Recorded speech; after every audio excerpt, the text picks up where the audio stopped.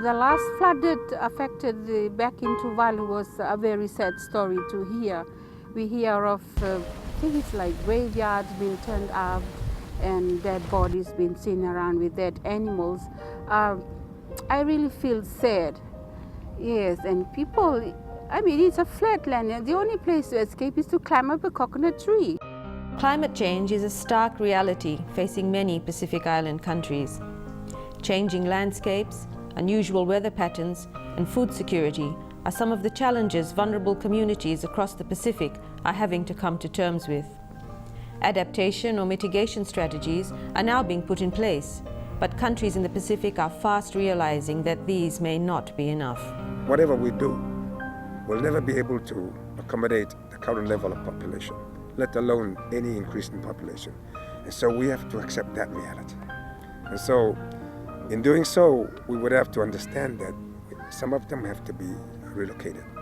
Okay? And so we are providing options for those that want to migrate now as a matter of choice to do so as worthwhile citizens.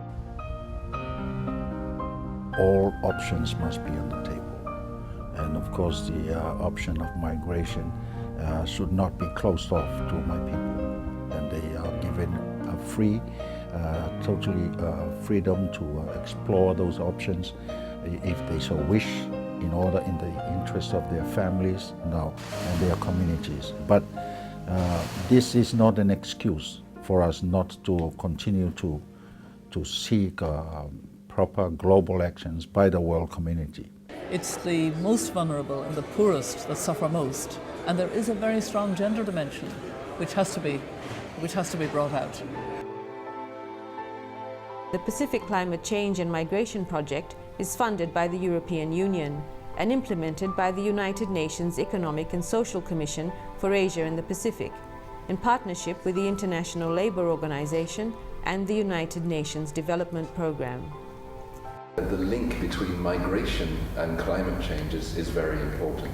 I think we all know that from many Pacific countries there are migrants who leave to seek employment opportunities, to seek to have a better income for them and their families.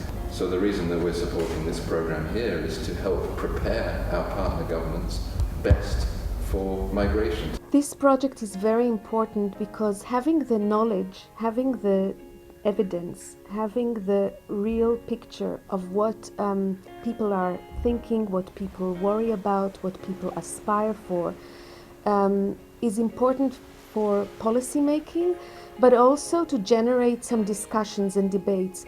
This is, of course, a very painful topic. It's a sensitive topic, but it must be spoken about because what I think policymakers are realizing more and more is that there needs to be preparedness. It's very important that we understand cultural realities on which we then formulate policies that are more relevant. I think these projects on migration is really working good on that and helping us provide data, updated data and information that is available, options that are available.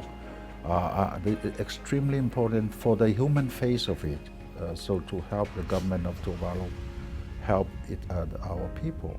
And we are very grateful that the ASCAP, the POC office here, with the help of the European Union, is helping in this way.